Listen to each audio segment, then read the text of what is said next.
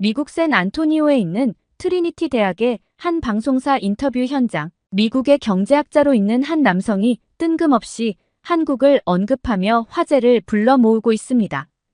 현장에 있던 수많은 유럽인들은 미국 경제학자의 말을 믿을 수 없다는 반응을 보이며 웅성거리기 시작하는데요. 저명하기로 소문난 이 미국인 경제학자는 대체 한국에 대해 어떤 언급을 하고 있던 것일까요? 안녕하세요.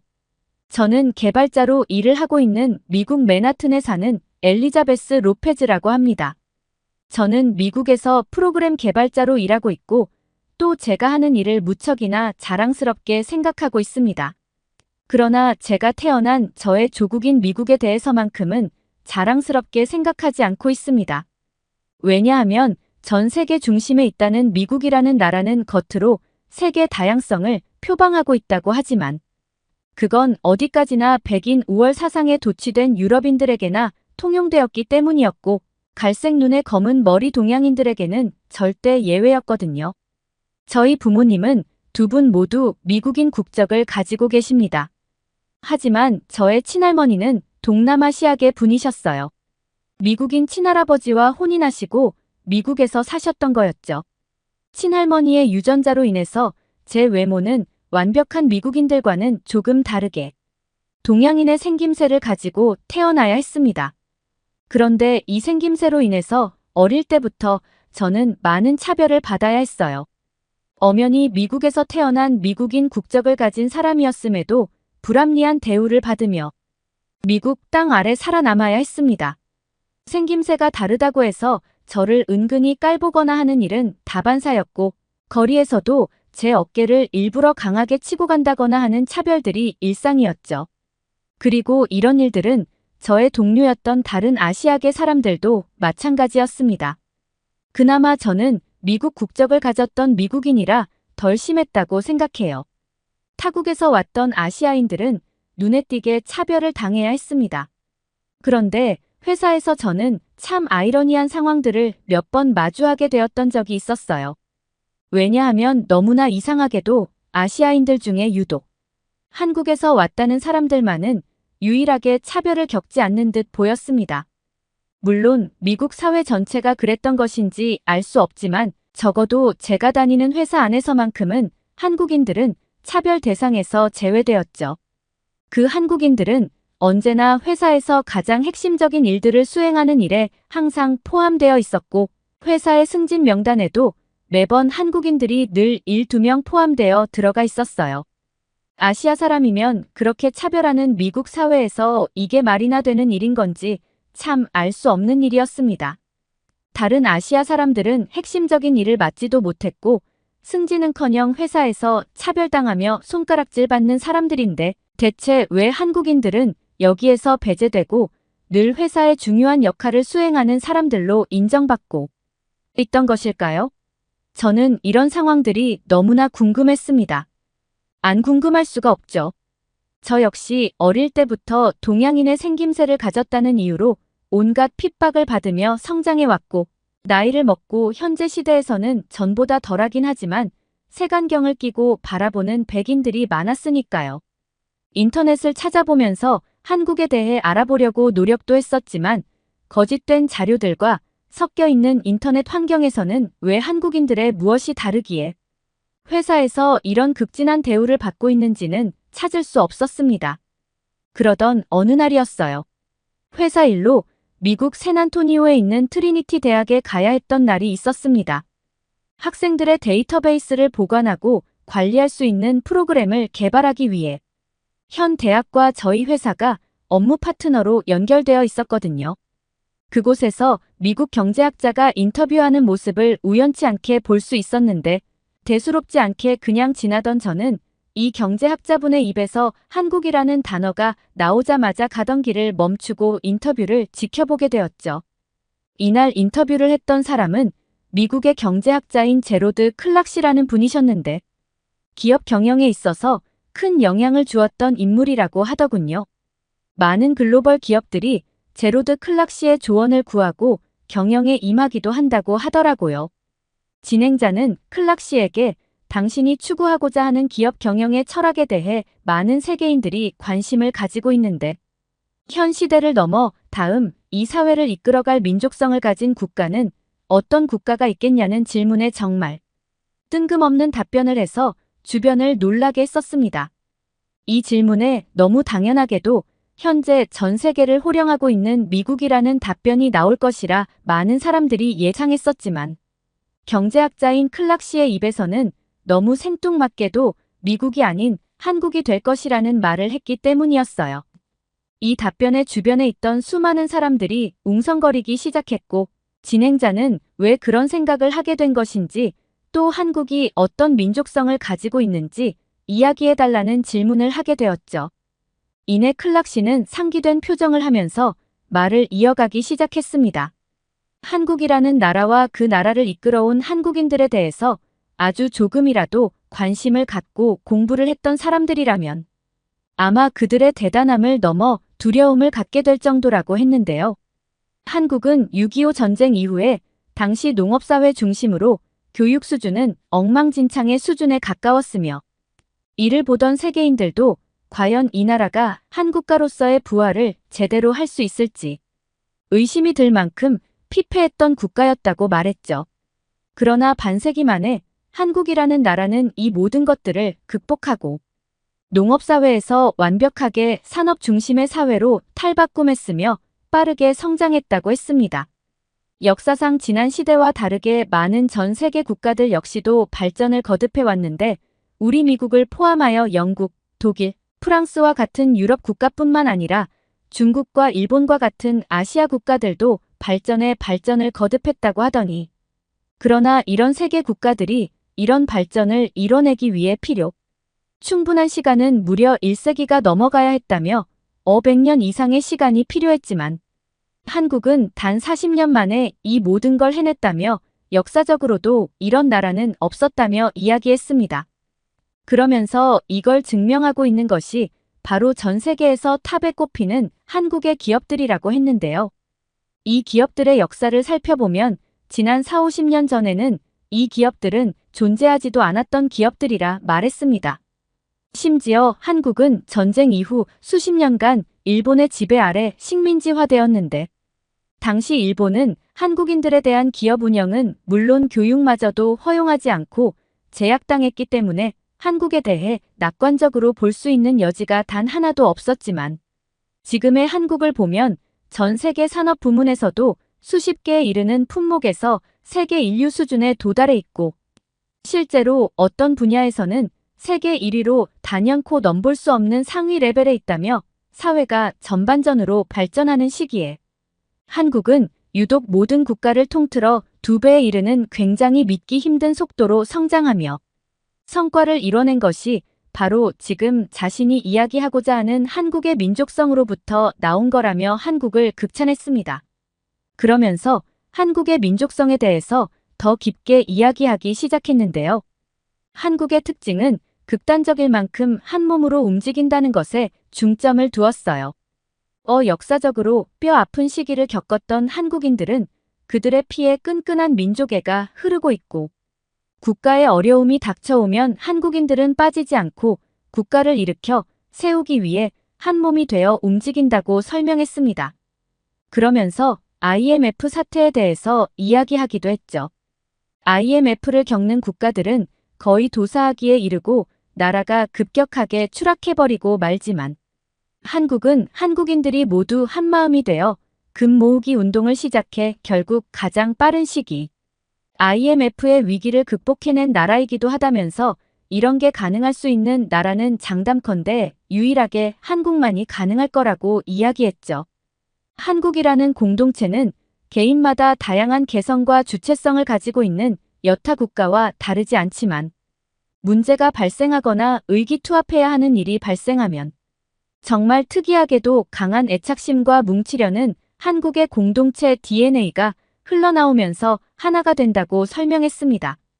전 세계가 보기에 폐허 수준에 가까웠던 이 작은 한국이라는 나라가 다시 일어나기 어려울 거라고 여겼지만 한국은 불과 반세기 만에 세계에서 가장 잘 사는 부자 나라로 손가락에 꼽히는 초강대국으로 성장해 버렸으니 이걸 어떻게 사실 설명해야 하는지 잘 모르겠다며 한국은 정말 대단하면서도 두려울 정도로 무서운 나라라고 말했어요. 그리고는 앞으로 다음 세대에 전 세계를 이끌어갈 민족성을 가진 나라를 굳이 뽑아야 한다면 자신은 의심의 여지 없이 한국을 선택할 거라고 말했습니다. 그러면서 한국에서는 너무나 당연하고 일상적인 것들이 다른 나라 사람들에게는 놀라움으로 다가온다고 했는데 세계적으로 저명한 미디어인 BBC에서조차도 한국의 유독 빠른 속도에 대해서 극찬한 바 있다고 했어요. 전쟁으로 피폐해진 국토를 다시 경제대국으로 일으켜 세우는데 한국의 빠른 속도와 습성은 한국에서 한강의 기적을 만들어내었다고 말했습니다. 한국이 모든 면에서 빠른 이 속도로 인해서 실제로 한국이 무려 매년마다 30에서 40%의 엄청난 속도로 성장을 거듭해 왔다는 것이 현실이었기 때문이었죠. 일부에서는 이런 빠른 문화가 오히려 서투르고 완벽하지 못할 수 있기에 문제가 될 수 있다고 말하며 다수의 경제 분석가들이 부정적으로 보는 시선들도 있긴 했었지만 이들의 주장이 무색하게도 한국은 정말 극단적인 시간에 놀라울 정도의 경이로운 경제 성장을 완벽하게 해버렸기 때문에 아무도 부정할 수 없다고 말했습니다.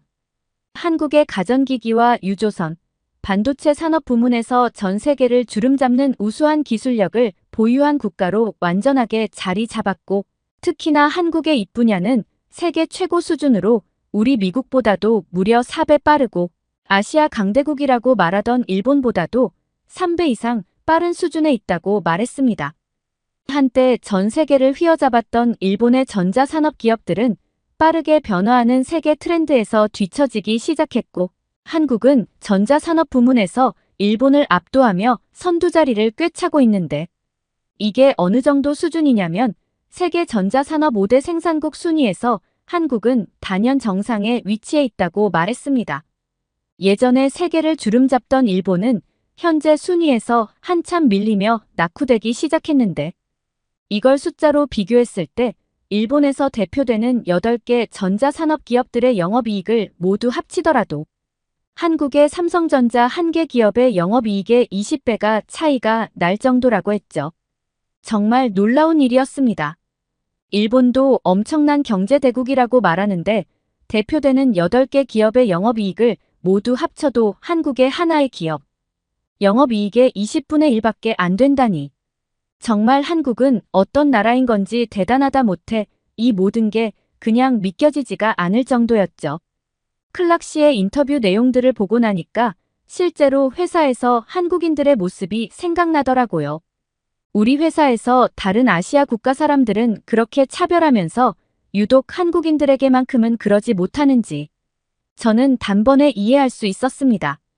실제로 전 세계에서 한국만큼 유일이라는 타이틀이 많은 국가가 또 있을까요?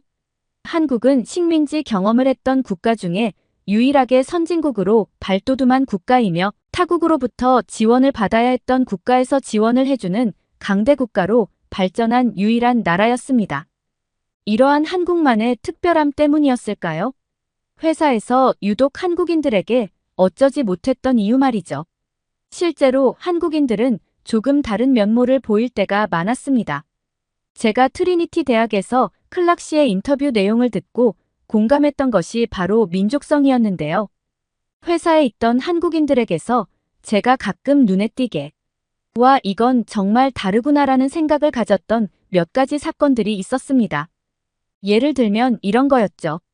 강자에게는 엄청나게 강하고 약자에게는 지나칠 정도로 관대한 면모를 보이는 모습들이었죠.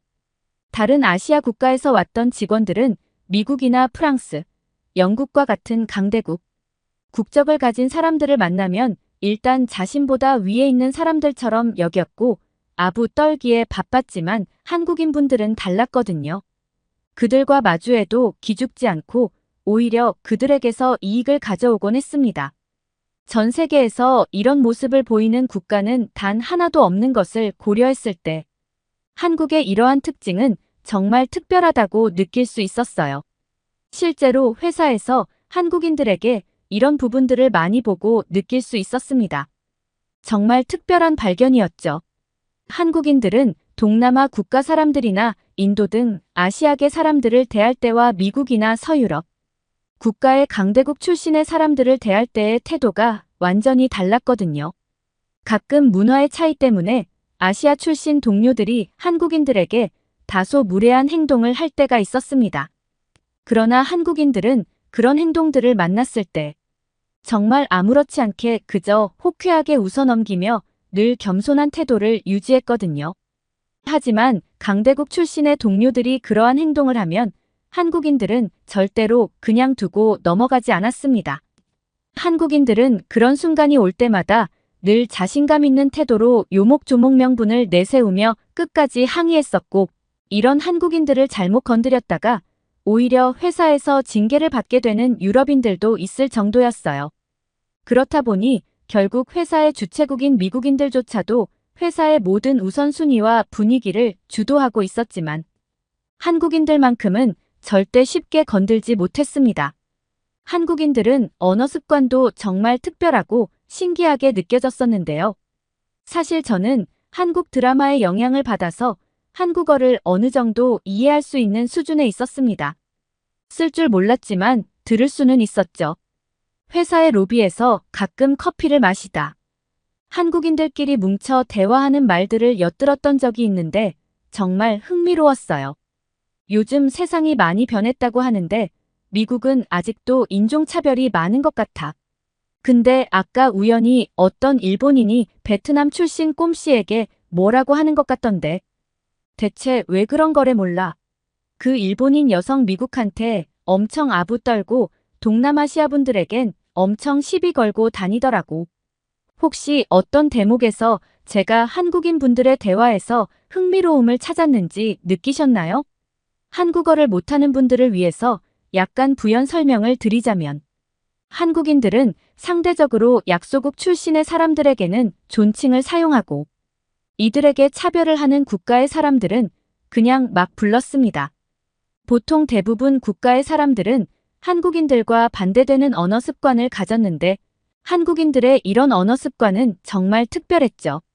사실 원래 인간이란 약자에게 강하고 강자에게 약하게 하는 태도는 당연한 본능이라고 할 수 있습니다. 그러나 한국인들은 어떻게 된 게 약자에게는 관대하면서 강자에게는 강한 태도를 보일 수가 있는지 너무 신기했어요. 그리고 한국인들과 비교되었던 건 앞서 한국인들이 이야기했던 외형적으로 가장 비슷한 일본인 동료들이었습니다. 이들은 정말 인간의 본능을 그대로 학습하고 있었어요. 전형적으로 약자에게 강하고 강자에게 약했거든요. 일본인들은 동남아나 인도 출신 등 자신들보다 약소국 출신이라고 생각되면 곧바로 자신보다 아래라고 생각했고 무례하게 대했습니다. 그리고 서양인들이 모여 뭔가 대화를 나누고 있으면 어떻게든 그 대화에 끼어들어 보려고 애쓰며 아첨하는 모습을 종종 보였습니다. 서구권에 있는 강대국 출신의 동료들은 그런 일본인들을 무시하며 비아냥대기도 했지만 일본인들은 그런 대우를 받고도 늘 비굴한 태도를 유지했죠. 저는 이러한 한국과 일본의 차이를 보고 굉장한 흥미를 느꼈고 도대체 한국인들의 자신감의 근원이 무엇인지 궁금하더라고요. 그래서 회사에 다니면서도 한국에 대해서 공부를 참 많이 했었습니다. 한국의 문화 역사, 미래 등등 이건 그냥 단순한 저의 호기심에서 시작된 일이었지만 정말 특별하게도 공부를 하면 할수록 한국은 엄청나게 인상 깊은 역사를 가지고 있다는 것을 깨달았습니다. 샌안토니오 브리니티 대학에서 들었던 이야기들이 모두 사실이었다는 것이 느껴질 때마다 팔에 소름이 돋으며 머리가 쭈뼛 섰습니다. 한국은 역사가 짧은 미국과는 다르게 한국은 5,000년이라는 굉장히 긴 역사를 가지고 있었고 찬란한 역사를 지내왔던 나라였습니다. 한국은 지난 역사에서도 타국으로부터 많은 침략을 받아왔었던 나라였고 당시에도 지금과 다르지 않게 작은 영토를 가지고 있었죠. 하지만 그 작은 영토와 작은 수의 국민들은 한국을 점령하기 위해 침범해왔던 정말 수십 배 큰 대국들의 도발에도 단 한 번도 쉽게 영토를 뺏기지 않았고 그런 대국들도 한반도만 갔다 하면 진땀을 흘리고 패배해야 했던 역사적인 기록들이 굉장히 많았었죠. 그 기록들을 보면서 지금 대한민국에 있는 많은 한국인들의 강한 정신력과 대범함은 오래된 조상으로부터 이어져 온 것이구나 싶었습니다. 아주 인상 깊었던 내용도 있었는데 일본이라는 국가가 한국을 지배했던 시기였습니다. 일본은 한국뿐만 아니라 중국과의 전쟁에서도 승리하면서 중국까지 완전히 지배했던 적이 있었죠. 그러나 일본의 침략에 이은 지배 아래 보인 두 국가의 행동은 완전히 달랐습니다. 일본의 침략 때문에 중국은 한국인들에 비해 1000배나 넘는 사람들이 희생당했다고 하더라고요. 하지만 그럼에도 중국인들은 일본인들의 만행에 대해 어떠한 저항도 하지 못하고 무기력하게 당하고만 있었다고 합니다. 그저 공포에 떨며 숨기에 바빴다고 해요. 그렇다고 해서 사실 중국을 겁쟁이라고 비난할 수만은 없었죠. 왜냐하면 일본이 여러 나라를 침략했던 제국주의 시대에는 다른 서양 국가들 또한 여러 식민지들을 만들었고 식민지 국가의 사람들을 착취하고 학대했는데 대부분의 지배를 받아야 했던 국가 사람들은 중국인들처럼 아무런 저항도 못한 채 당하기만 했기 때문입니다. 그런데 유독 여기서도 한국인들만은 달랐습니다. 한국인들은 일본이 그들을 점령한 수십 년 동안 정말 끝도 없이 일본에게 저항한 민족이었거든요. 한국인들은 일본 군에 의해 뾰족한 날이 달린 도구들을 전부 뺏긴 상황에서도 농기구를 들고 일어나서 죽기 살기로 일본 침략자들에 맞서 싸웠고 식량을 강탈당해 굶주려야 했던 순간과 한글 사용 또한 금지되는 와중에서도 끝까지 군사훈련과 한글 교육을 게을리하지 않았었죠. 오히려 일본을 상대로 계속해서 게릴라전과 일본 주요 인사, 암살 작전을 펼침으로써 일본을 끈질기게 괴롭혔다고 합니다. 이들은 내 나라와 가족들은 내가 지킨다는 마음가짐 하나만으로 수많은 희생을 감수하면서까지 끝까지 침략자에 맞서 싸웠고 결국 일본은 식민지배 시절 한국의 국토를 침략했던 강자의 입장에 있으면서도 그런 한국인들로부터 수많은 희생과 패배를 맛봤어야만 했다고 해요. 그리고 결과적으로 봤을 때 그들은 그다지 이득이랄 것도 없는 수준의 성과를 거두고 한반도에서 도망쳐야만 했습니다. 실제로 일본의 점령 초창기에 한국으로의 파견을 원하는 일본군들은 상당히 많았다고 하지만 시간이 지날수록 일본군들은 한국인들의 끈질긴 저항과 흔들리지 않는 정신력에 겁을 먹고 한국에 파견되는 것을 꺼렸다고 하는데요. 그들은 모진 고문에도 절대로 기죽지 않는 한국인들을 보고 두려움에 떨며 날이 갈수록 한국의 게릴라전에 연전연패했다고 합니다. 한국과 중국의 이런 상반되는 역사를 보고 왜 중국인들이 한국의 문화를 뺏고 싶어서 안달이 났는지 그 이유를 이해할 수 있게 되었는데요. 앞서 말했듯 중국은 한국과 다르게 여느 피지배국들처럼 일본의 저항, 한번 제대로 못해본 채 무기력하게 당하기만 했거든요. 이건 그들에게 있어 엄청난 수치였던 것이죠. 시대가 현대화되어 가고 지난 역사가 묻혀가고 있는 이 시점에 중국인들은 중화 사상을 내세우며 뒤늦게 자신들의 위대함을 세계에 퍼뜨리겠다 이야기하고 있는 상태입니다. 근데 이게 좀 도를 넘어서는 수준에 이르렀죠. 실제로 저희 회사 중국인 동료 중에 이런 사람들도 있었습니다. 지금 영국 프리미어리그에서 월드클래스로 있는 대한민국 손흥민 선수를 한국인이 아니라 중국인이라고 우기기까지 했으니까요. 뭐 이해는 됩니다. 이런 한국의 모든 것들을 자신들이 갖고 싶을 만큼 대단한 업적들이었으니까요. 이렇듯 한국은 지배 국가들이 이득을 취하지 못했던 전 세계 유일한 국가였죠. 세계 최고 규모의 국토를 가진 중국과 경제대국이라던 일본이라는 국가 사이에서 한국은 끝까지 영토를 빼앗기지 않았고 자국의 문화를 끝까지 유지하면서 오히려 지배 국가들을 상대로 늘 이득을 취해온 국가인 동시에 미국과 중국, 일본 등의 강대국을 마치 동네 아저씨 보듯 손쉽게 대할 수 있는 전 세계 유일무이한 국가였습니다. 따라서 한국인들은 그들의 역사가 보여준 바와 같이 상대가 누구더라도 늘 당당하고 자신감 있게 살아올 수 있었던 것이죠. 물론 한국은 가난을 겪어본 적 또한 있기 때문에 빈곤의 감정을 이해하는 사람들이고, 이러한 이들의 경험은 상대적으로 약소국 사람들을 관대하게 포용하는 자세를 갖게 하지 않았나 싶었습니다.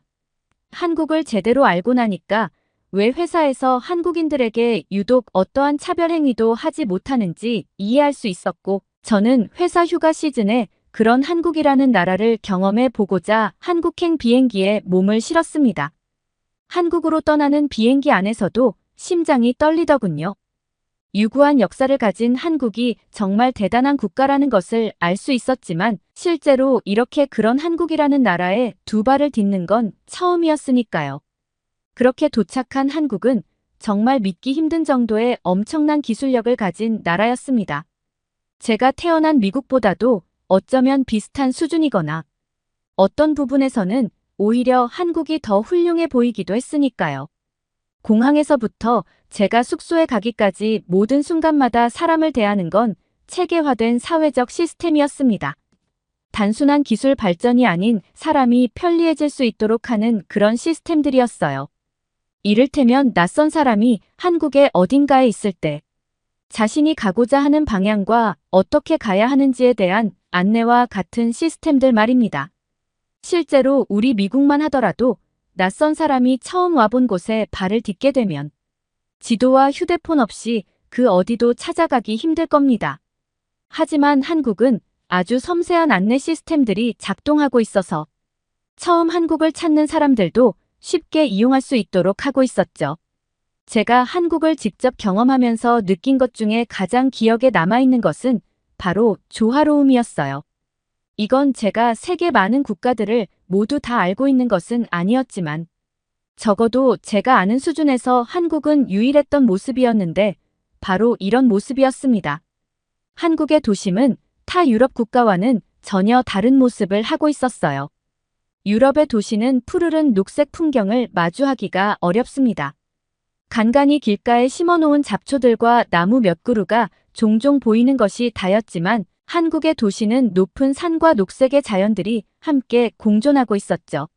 자연과 현대화된 아름다운 건물의 조화로운 모습은 정말 이색적이었고 특별한 순간이었습니다. 심지어 길가에 당연히 있어야 하는 전선주와 전선들조차 지하로 매몰하여 지저분한 모습들을 찾아볼 수가 없었죠. 이런 조화로움은 눈으로 보이는 거대한 도시 풍경에만 있었던 것은 아니었는데요. 바로 음식 문화에서도 이런 조화로움을 만날 수 있었습니다. 유럽은 채소만 먹는 비건인들이 있을 정도로 육식과 채소가 서로 다르게 분리되어 있습니다.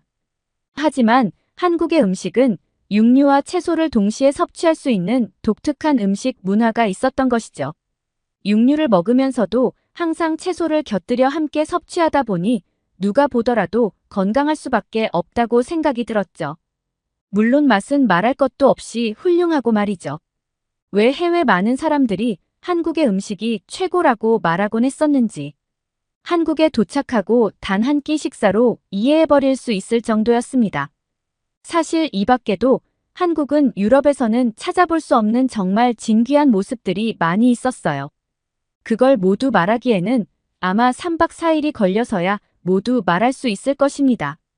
한국의 정말 독특했던 무인점포 시스템, 너무 편리했던 대중교통 시스템, 음식 문화 24시간 매장, 한국의 밤 한국인들의 친절까지 그때 샌안토니오 트리니티 대학에서의 인터뷰에서 왜 저명한 미국의 경제학자가 다음 세대 세계를 이끌 민족성을 가진 나라는 단연코 한국이 될 것이라고 이야기했는지 전 이제 그 말에 100% 공감하고 있습니다. 한 번만 쉽게 생각해봐도 정말 말이 되지 않거든요. 한국의 국토는 타 유럽국들이나 강대국들에 비해 굉장히 작습니다. 인구도 5천만 명밖에 되지 않죠. 바로 옆 나라인 중국과 비교하면 20배도 작습니다. 심지어 일본과도 2배 이상 차이가 나죠. 그런데 세계에서 이 정도 수준의 강대국으로 평가받고 기술적 발전을 이룬 국가가 지금 영토의 딱 2배. 그리고 딱 2배의 인구를 가졌다면 정말 그 어느 국가도 한국을 쉽게 생각할 수 없었을 겁니다. 어찌 보면 지금 한국이 북한이라는 국가와 통일되지 않고 있음을 세계는 감사해야 할지도 모르겠더라고요. 한반도가 오로지 대한민국 주체라고 생각해보면 정말 압도적일 것이라는 생각이 들었기 때문이었죠. 저는 한국을 경험하고 다시 회사에 복귀하면서도 마음속에 이런 생각을 하고 있어요. 모든 국가의 사람들은 한국의 위기 극복 능력과 위기를 대하는 대처 방식, 그 사람들의 관심사와 그 사람들의 미래 가치에 대해서 분명 눈여겨봐야 하고 이들의 움직임이 곧 다음 세대를 맞이할 핵심이 되는 열쇠일 수 있다는 생각 말입니다. 한국인들에게 완전히 매료되어 버리고만 저는 요즘 회사에서 한국인 분들을 만나면 괜히 겁부터 납니다. 하지만 그런 생각이 들자마자 한국인들의 따뜻한 미소에 완전 녹아버리고 말죠. 그래서 말인데 혹시 말입니다. 한국 남자분들은 어떤 여성들을 좋아하는지 너무너무 궁금합니다. 사실 한국인 남자를 연인으로 만나보고 싶은데 우리 회사에 있는 한국인 분들은 저를 동료 이상으로 생각하지 않는 것 같아서요. 혹시 알려주신다면 제가 한국인 남자를 만나는데 아주 유용한 자료가 될 수 있지 않을까 싶습니다. 한국이라는 위대하고 멋진 나라를 만날 수 있었음에 감사했고 그런 한국을 통해 큰 가르침을 얻을 수 있어서 기뻤습니다. 앞으로도 더 많은 공부를 통해 제가 나아갈 미래를 더욱더 밝고 가치 있게 만들어갈 수 있는 초석으로 사용하겠습니다. 저의 긴 이야기를 들어주셔서 고맙습니다. 오늘 사연은 여기까지입니다. 시청해주셔서 감사합니다. 뉴질랜드 남섬에 있는 작은 마을에 소수의 중국인들이 이주하기 시작합니다.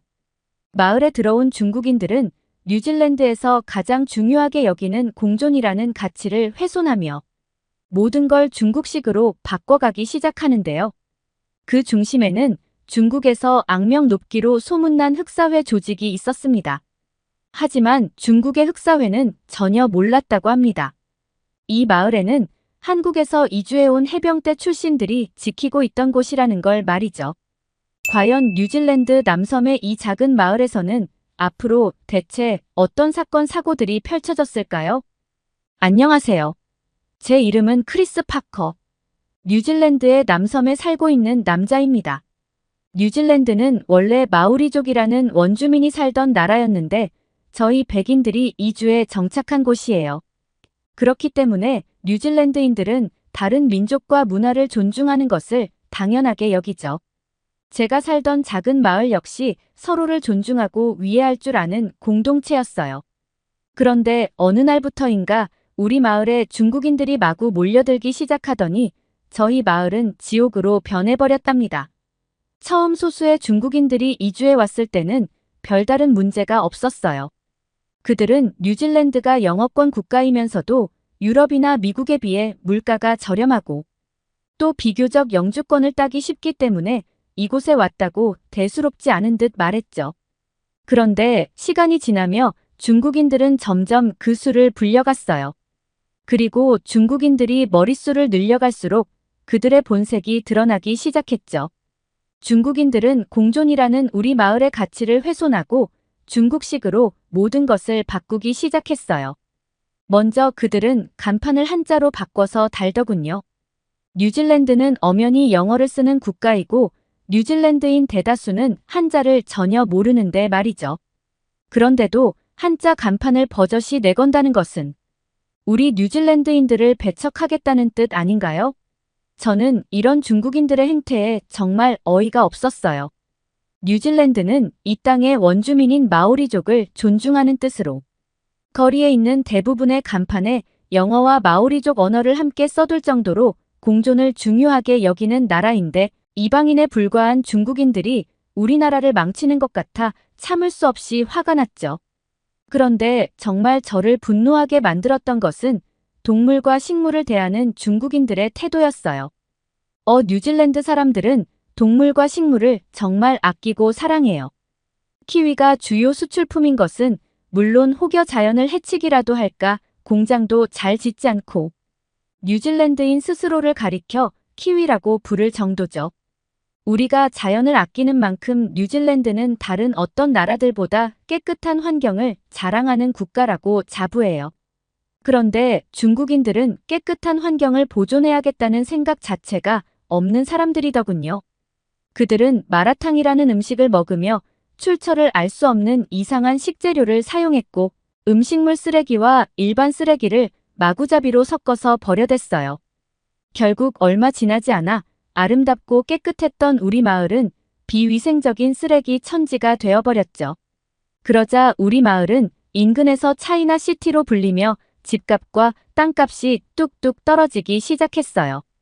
동시에 월세 비용도 저렴해졌는데 그렇게 되자 모범적인 시민이라고 할 수 없는 사람들이 우리 마을에 몰려들기 시작했죠. 자연히 우리 마을에는 범죄가 발생하는 일이 늘었고 어느새 오후 5시만 되어도 상점들이 문을 닫고 도심이 텅 비어버리게 되었답니다. 평소 같았으면 활기차게 길거리를 오고 갔을 직장인들의 모습도 사라진 지 오래였죠. 그 대신 길거리를 채우고 있는 것은 노숙자 아니면 범죄자, 그도 아니면 중국인들이었습니다. 이들은 길거리에서 난동을 부리는 일이 잦았고 이들이 집중적으로 모여 사는 일대에서는 해가 지면 집 밖으로 나가지 말라는 말이 유행처럼 번지기도 했죠. 결국 인근의 상권은 위축되다 못해 완전히 죽어버렸어요. 그런데 문제는 여기서 끝이 아니었죠. 중국인들은 엄청난 자본력을 바탕으로 마을 인근의 규모가 큰 회사들을 사들였고 그 회사의 뉴질랜드 노동자들에게 갑질을 하기 시작했습니다. 예를 들어 원래 시간당 30달러를 받던 근로자들에게 갑자기 12달러만 주겠다고 통보를 하고 이를 거부하면 해고를 해버리는 말도 안 되는 짓을 벌였죠. 그러던 중 우리는 충격적인 사실을 알게 되었는데 그건 바로 우리 마을을 쑥대밭으로 만든 중국인들의 뒤에 악명 높은 중국 조폭 흑사회가 있다는 것이었어요. 흑사회는 전 세계에 퍼져 지하세계를 점령하고 있는 폭력 조직으로 굉장히 난폭하고 잔인무도한 것으로 유명하죠. 예전에 흑인 갱스터가 흑사회 멤버에게 무시하는 말을 내뱉었다가 그 자리에서 바로 변사체가 된 일화 때문에 미국의 최대 갱단도 흑사회는 건드리지 않는다고 했어요. 이들은 주로 중국 교민들을 이용해 지역을 장악하는데 먼저 중국 교민들을 특정 지역에 침투시켜 차이나 시티를 형성하고 상권을 장악한 뒤 흑사회가 무력과 악명을 이용해 그 지역을 완전히 점령해버리는 것이었죠. 일단 흑사회가 자리를 잡으면 일정 기간마다 상인들에게 자릿세를 걷어갔고 만약 돈을 바치지 않으면 폭력을 행사한다고 했어요. 그렇게 무서운 놈들이 우리 마을에 들어왔다는 사실에 주민들은 절망했죠. 이제껏 살아온 삶의 터전을 버리고 이곳을 떠나야 하나 고민하는 사람들도 있었습니다. 그러던 중 예상치 못했던 중국인들의 천적이 등장하는데 그건 바로 한국인들이었습니다. 당시 우리 마을 사람들은 절망과 공포에 사로잡혀 아무것도 못하고 있었고 게으른 경찰들 역시 도움이 되지 못하는 상황이었죠. 하지만 시내에서 작은 24시 한인마트를 운영하시던 김씨 아저씨네만은 다르더군요. 아니 그러고 보니 김씨 아저씨네뿐만이 아니었어요. 우리 동네에 사는 한국인 가족들은 전부 평소와 다름없는 일상을 살고 있더군요. 평소처럼 청소를 하고 가게를 운영하고 이웃을 만나면 인사를 나누고 오히려 너무나 평소와 같아서 충격적일 정도였어요. 어안이 벙벙해진 마을 사람들은 한국인들에게 다가가 당신들은 흑사회가 무섭지도 않냐고 물었죠. 그러자 한국인들은 충격적인 답을 내놓았습니다. 그들은 중국인을 비롯한 흑사회가 발톱의 때만큼도 무섭지 않다고 하더군요. 저는 처음에 한국인들이 허풍을 친다고 생각했어요. 아니면 공포에 이성이 마비되었거나요. 그런데 한국인들의 자신감에는 뚜렷한 근거가 있었습니다. 한국인들은 과거 이미 흑사회를 잘근잘근 짓밟아버린 경험이 있더라고요. 지금으로부터 20년 전 세계로 세력을 확장해가던 흑사회는 한국의 서울 가리봉동 일대에도 조직원들을 보냈고 그 일대를 쑥대밭으로 만들기 시작했다고 해요. 그때만 해도 흑사회는 손쉽게 한국을 차지할 수 있을 거라고 생각했죠. 그렇게 각종 불법 사업에 뛰어들어 떼돈을 벌겠다는 단꿈에 빠져있던 순간 생각지도 못한 일이 일어나고 맙니다. 흑사파 조직원 7명이 구속되고 25명이 불구속 입건되며 한국에서 흑사회가 완전히 괴멸되어 버린 경이로운 일이 벌어진 것인데요. 이 사건의 뒤에는 한국인 특유의 단결력과 엄청난 전투력이 숨어 있었다고 합니다. 먼저 다른 국가의 상인들은 흑사회가 협박을 하면 그대로 무릎을 꿇어버리는데 한국의 상인들은 흑사파에게 겁을 먹기는커녕 그들에게 꺾이지 않는 기계를 보여주었다고 해요. 거기에 더해 흑사회 조직원이 숨어있는 장소를 신고하거나 자신이 목격한 것을 경찰에 적극적으로 증언하여 흑사파 일당을 소탕하는데 1등 공신 역할을 했다고 하더라고요. 여기에 발맞춰 압도적인 무력과 투철한 사명감을 가진 한국의 경찰들이 신속하게 출동하여 흑사회 조직원들을 박살낸 것이고요. 흑사회 놈들은 그 수법이 잔인하고 극악무도한 것으로 전 세계적으로 유명한데 그런 놈들을 한 방에 때려 잡았다니 새삼 한국인들의 능력에 감탄하게 되더군요. 결국 저희는 믿을 것은 한국인밖에 없다는 결론에 도달하게 되었고 김씨 아저씨네를 비롯한 한국인들에게 부탁하기 시작했어요. 우리 마을을 좀먹고 있는 저 중국인들을 내쫓아달라고 말이죠. 그러자 김씨 아저씨는 이렇게 말씀하셨습니다. 중국인들은 끈질긴 경향이 있어요. 한번 이곳에 발을 들인 이상 쉽게 포기하지 않을 겁니다. 이건 긴 싸움이 될 거예요. 그래도 우리 모두 힘을 내서 싸워보도록 하죠. 한국인들은 위기가 닥치면 더 강해지거든요. 우리 절대로 나쁜 놈들에게 굴복하지 맙시다. 그날 이후 우리 마을 사람들은 변화하기 시작했어요. 중국인들에 대한 패배감과 두려움을 떨쳐내고 우리가 원래 살던 일상으로 돌아왔죠. 우리는 먼저 중국인들이 더럽힌 우리 마을을 깨끗하게 청소하기 시작했어요. 깨진 유리창이 있으면 튼튼한 유리로 갈아 끼우고 지저분한 낙서가 되어 있는 벽면은 깨끗하게 다시 칠했죠. 그러자 우범지대 같아 보여서 당장이라도 범죄가 일어날 것만 같아 보였던 우리 마을이 원래의 모습을 되찾기 시작했습니다. 사람들은 다시 활기를 띠고 거리를 걸어 다녔고 그럴수록 마을은 점점 더 안전해졌죠. 물론 그 과정이 쉽지만은 않았습니다. 부끄러운 이야기지만 백인들 중에는 동양인을 무시하는 인종차별주의자들이 있고 그들은 우리가 왜 열등한 동양인의 지시에 따라야 하냐며 비협조적으로 나왔죠. 그들의 무례한 태도에 화를 내거나 우리를 도와주는 것을 중단할 법도 한데 한국인들은 그러지 않았어요. 오히려 한국인들은 이성과 논리로 백인들의 억지에 맞섰죠. 나중에 알고 보니 한국인들은 대체로 높은 학력을 가지고 있을 뿐만 아니라 기본적으로 지능이 높다고 하더군요. 그런 똑똑한 한국인들 덕분에 우리 마을 사람들은 별 탈 없이 하나로 똘똘 뭉칠 수 있었답니다. 이어서 한국인들은 다음 계획을 내놓았는데 그건 바로 중국인들이 장악한 시장을 다시 빼앗아 오는 것이었어요.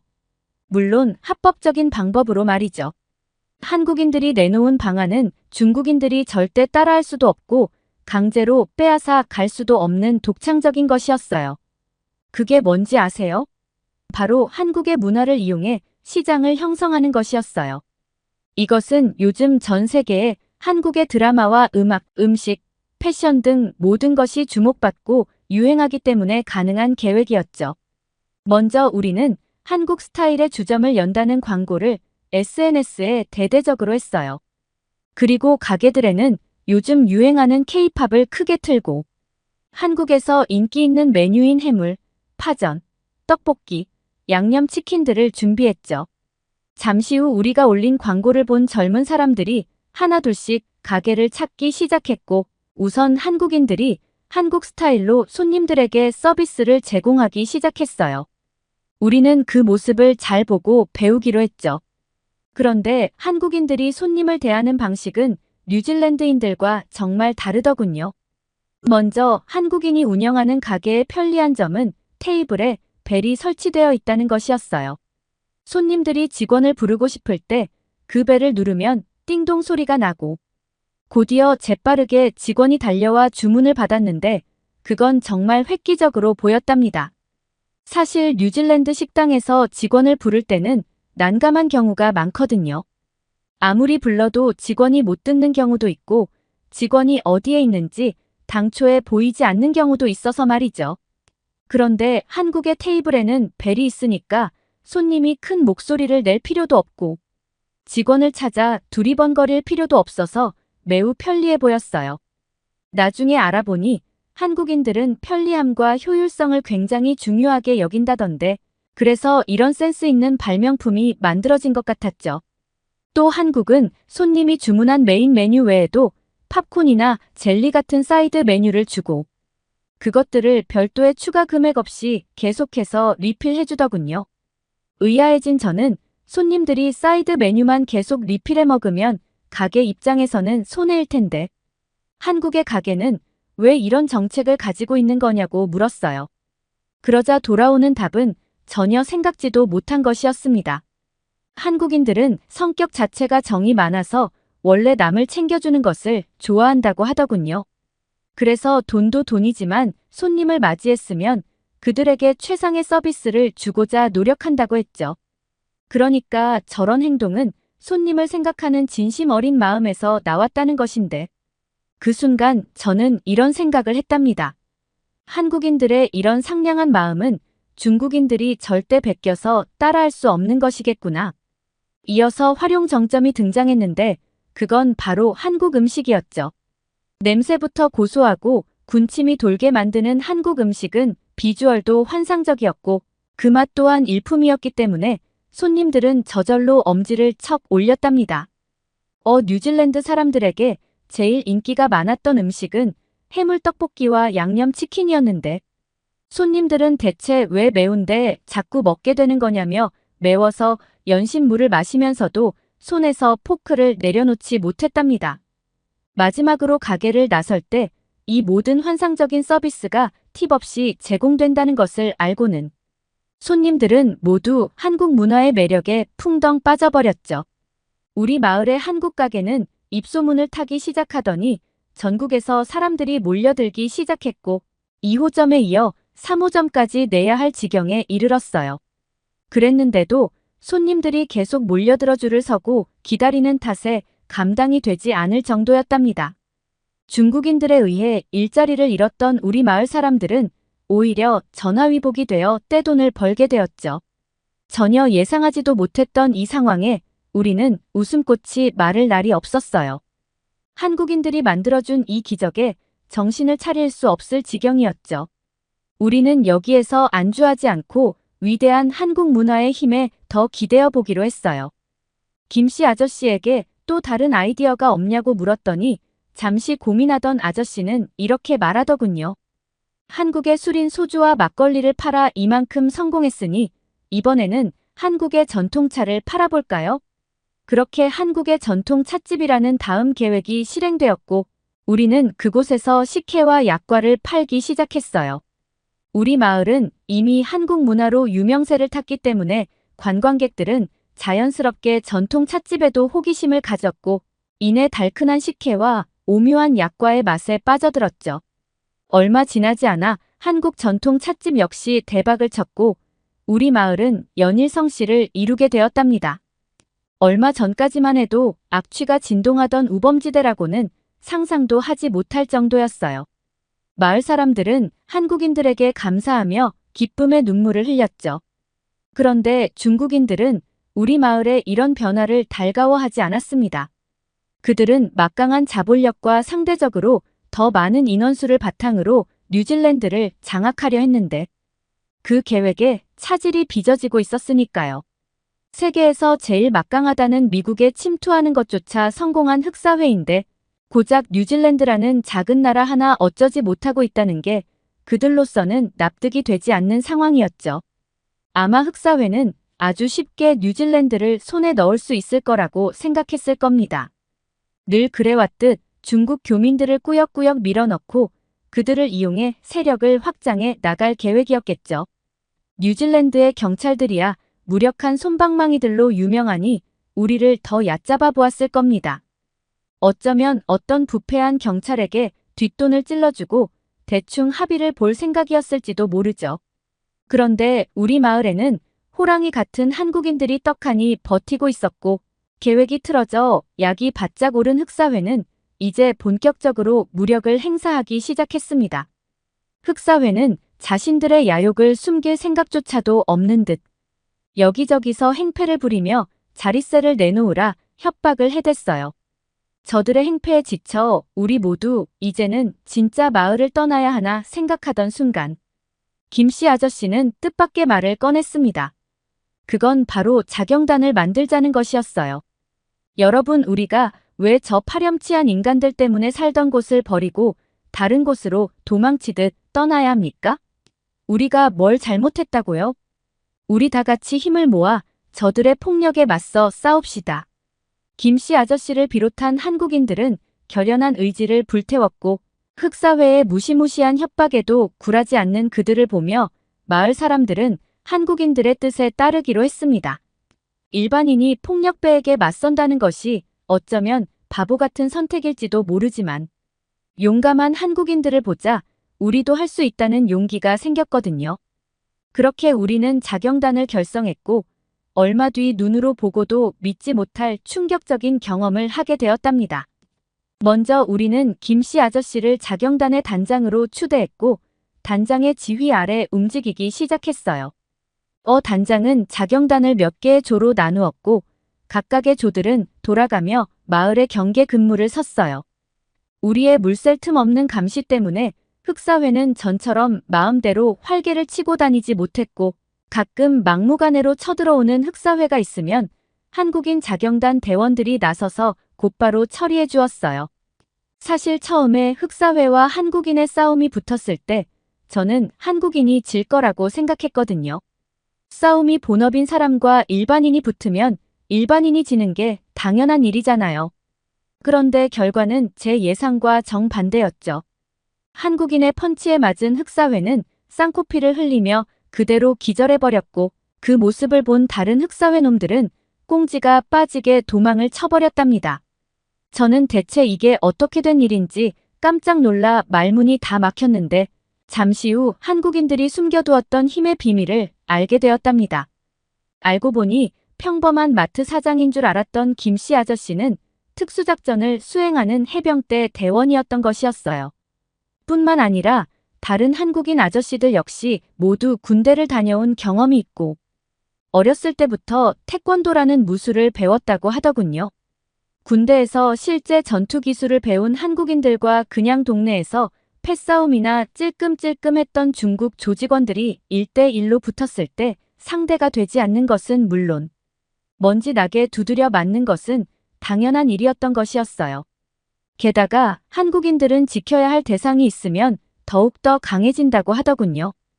이것은 평범한 싸움이 아닌 나와 우리 가족이 뿌리내리고 살아갈 삶의 터전을 지키는 일이니 한국인들은 그 어느 때보다 진심이었고 그 어느 때보다 강해져 있었죠. 그런 한국인들을 상대하는 것은 단언컨대 목숨을 걸어야 하는 일이었을 거예요. 하지만 흑사회는 여전히 정신을 차리지 못했던 것인지 아니면 뜨거운 맛을 더 보고 싶었던 것인지 우리 마을에 대대적인 공격을 해왔습니다. 모두가 잠든 새벽 시간에 기습적으로 말이죠. 아마 흑사회는 자경단이 잠든 틈에 재빨리 해치워버릴 계획이었을 겁니다. 그런데 한국인이 이끄는 자경단을 건드리는 것은 정말이지 큰 실수였죠. 한국인은 이미 흑사회의 공격을 예측하고 경찰과 공조에 완벽한 대비를 하고 있었거든요. 대체 이게 무슨 영문인지 몰라 당황하던 흑사회의 그 얼빠진 얼굴이란 지금 생각해도 정말 웃기네요. 저희가 어떻게 흑사회의 기습 공격을 예측할 수 있었냐고요. 그건 자경단의 박씨 아저씨 덕분인데. 씨 아저씨는 한국의 공대 출신으로 드론을 자유자재로 만진다고 하시더라고요. 박씨 아저씨의 드론을 통해 흑사회 놈들이 아지트에서 뭘 계획하고 있는지 전부 알 수 있었고 그동안 모아온 CCTV 자료를 더해 경찰에 신고할 수 있었죠. 완벽한 증거를 들이밀자 엉덩이 무겁기로 소문난 뉴질랜드 경찰도 움직일 수밖에 없었던 거고요. 다시 말해 흑사회 놈들은 처음부터 한국인들의 손바닥 위에서 놀고 있었던 거랍니다. 그렇게 뉴질랜드를 차지하려던 흑사회의 야심찬 계획은 완벽하게 실패로 돌아갔고 혼란에 빠진 흑사회 놈들은 온통 넋이 나간 채 체포되었어요. 이게 다 강하고 똑똑한 한국인들 덕분에 가능했던 일이죠. 이제 와서 하는 말이지만 흑사회 놈들 깜냥도 안 되면서 왜 한국인들에게 덤볐던 걸까요? 오르지 못할 나무는 쳐다보지도 말라는 옛말도 있는데 말이죠. 제발 이 일을 계기로 그들이 뭔가를 배웠기를 바랍니다. 그날 이후 우리 마을 사람들은 계속해서 마을을 가꾸어 나갔어요. 언제 다시 커다란 위기가 닥쳐와도 흔들림 없이 버텨낼 수 있도록 말이죠. 그리고 그 중심에는 한국인들이 있었어요. 한국인들은 마을 사람들이 나태해지려 할 때마다 강인한 정신력으로 우리를 이끌어 주었고 근면 성실한 그들은 존재 자체만으로 우리에게 귀감이 되어 주었답니다. 모두가 깊이 아는 우범지대에서 사랑받는 도시로 거듭난 우리 마을을 보며 새삼 감탄하고 있을 때 김씨 아저씨가 재미있는 이야기를 해주시더군요. 옛날에 한국은 세계에서 손꼽히는 가난한 나라였던 적이 있다고 하지만 새마을 운동과 온 국민의 피땀 어린 노력으로 현재는 세계에서 손꼽히는 부강한 국가가 되었다고 그것이 너무 자랑스럽다는 이야기였죠. 저는 한국이 그런 역사를 가지고 있었는지 몰랐기에 깜짝 놀랐죠. 현재 제가 아는 한국은 세계 유행을 선도하고 10손가락 안에 드는 부유한 나라니까요. 저는 김씨 아저씨에게 이렇게 물었어요. 아저씨, 한국은 석탄이나 석유 같은 지하 자원을 가진 나라도 아니고 미국처럼 땅이 넓은 것도 아니고 중국이나 인도처럼 인구가 많은 것도 아닌데 무슨 저력이 있길래 성공할 수 있었던 거죠. 그러자 김씨 아저씨는 빙그레 웃으시더니 한국이 가진 저력은 한국인 그 자체라고 하시더군요. 한국은 그동안 수없이 많은 외세의 침략을 겪었고 IMF라는 경제 위기, 기름 유출 사건 등의 위기도 겪었지만 그 모든 위기들을 국민들이 하나 되어 이겨낸 엄청난 저력을 가지고 있는 국가이고 그 저력은 국민들로부터 나왔다고 설명해 주셨어요. 김씨 아저씨의 이야기에 빠져든 저는 더 자세히 이야기해 달라고 했고 아저씨는 이야기를 이어가셨죠. 옛날에 한국이 조선이라고 불리던 때였어. 그때 조선은 일본의 침략을 받았는데 상황이 어려워지자 백성들이 스스로 의병이라는 조직을 만들어 나라를 지켰지. 심지어 여자와 아이들도 돌을 들고 일본군에 맞서 싸워 대승을 거두기도 했어. 그 이야기를 들은 저는 감탄하지 않을 수 없었어요. 세상에 이렇게 멋진 민족이 또 있을까 싶더라고요. 한국인들은 그야말로 기적을 만들어내는 사람들인 것 같습니다. 한국과 한국인들에게 완전히 반해버린 저는 한국어 공부를 하기로 했어요. 한국에 대해 더 많은 것을 알고 더 많은 것을 배우고 싶어졌기 때문이죠. 그렇게 저는 바로 한국어 기초반에 등록했고 한국어 공부를 시작했답니다. 그런데 뒤늦게 어른이 되어 외국어를 배운다는 것은 결코 쉬운 일이 아니었어요. 게다가 한국어는 배우기에 굉장히 어려운 언어더군요. 예를 들어 영어는 노랑이라는 색상을 두고 옐로우 일로만 표기하면 되지만 한국어에는 노랗다 누렇다 노르스름하다 노리끼리 하다 누렇게 떴다까지 너무나 많은 표현들이 존재하더라고요. 한국어 단어들을 외우다가 정말이지 울고 싶은 날이 하루 이틀이 아니었답니다. 그래도 저는 포기하고 싶지 않았어요.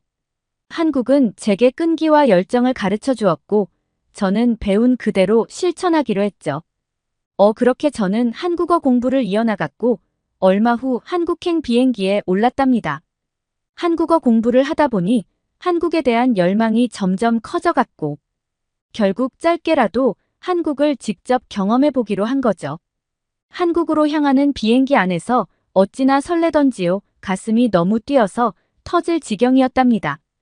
잠시 후 마침내 저는 인천공항에 도착했고 너무 좋아서 기절할 뻔했죠. 한국은 제가 상상했던 대로 아니 상상 이상으로 멋졌어요. 첨단의 끝을 달리는 최신 설비로 가득한 공항 내부도 세련됨. 그 자체인 한국인들도 지나치다시피 빠른 인터넷도 모든 것이 마음에 들었죠. 왜 이제껏 이별 세계를 모르고 살았나 싶을 정도였어요.